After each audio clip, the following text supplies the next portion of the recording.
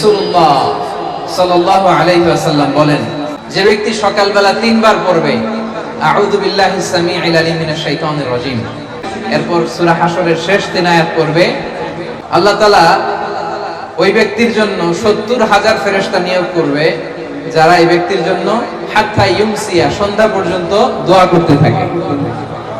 ওয়া ইন মাতা ফি যালিকাল ইয়াউম, আর এটা পরে ওই দিন যদি তার মৃত্যু হয়, মাতা শাহীদান, সে শাহাদাতের মৃত্যু নসিব করবে।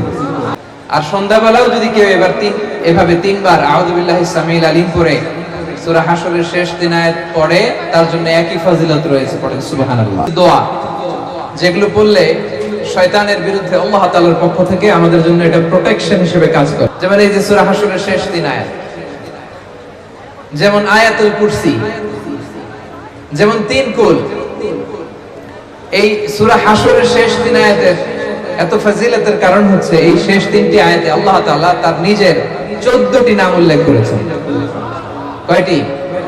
14টি। কালামুল্লাহ মাজিদের কোন সূরায় কোন জায়গায় এভাবে টানা আল্লাহ তাআলার এতগুলো আসমাউল্লাহিল হুসনা, সিফাতি নাম বা গুণবাচক নাম একসাথে খুঁজে পাওয়া যায় না। এখানে 14টা নাম পাওয়া যায় আল্লাহ। আজকে এই 14টা নামের তাফসীর আমরা শুনবো ইনশাআল্লাহ। বলেন এজন্য এই সূরাতুল হাশরের শেষ 3 আয়াতের এত গুরুত্ব। এবং এই আয়াতগুলো পড়লে আল্লাহ তাআলার সত্তার যে পরিচয়, অরিজিনাল পরিচয়, এটা আপনি পাবেন। আল্লাহ তাআলা অত্যন্ত অনুপম ভঙ্গিতে এই 3টি আয়াতে নিজের পরিচয় দিয়েছেন। এছাড়াও আরো কয়েকটি জায়গায় আল্লাহ তাআলা নিজের চমৎকার পরিচয় দিয়েছেন, যেমন সূরাতুল বাকারার 255 নম্বর আয়াত, আয়াতুল কুরসি, ওই একটা আয়াতে আল্লাহ তাআলা চমৎকার ভাবে নিজের পরিচয় দিয়েছেন।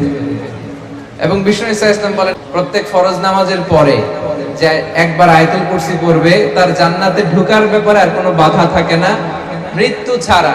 লোকটা মরে না তাই জান্নাতে যায় না, মরলেই জান্নাতে।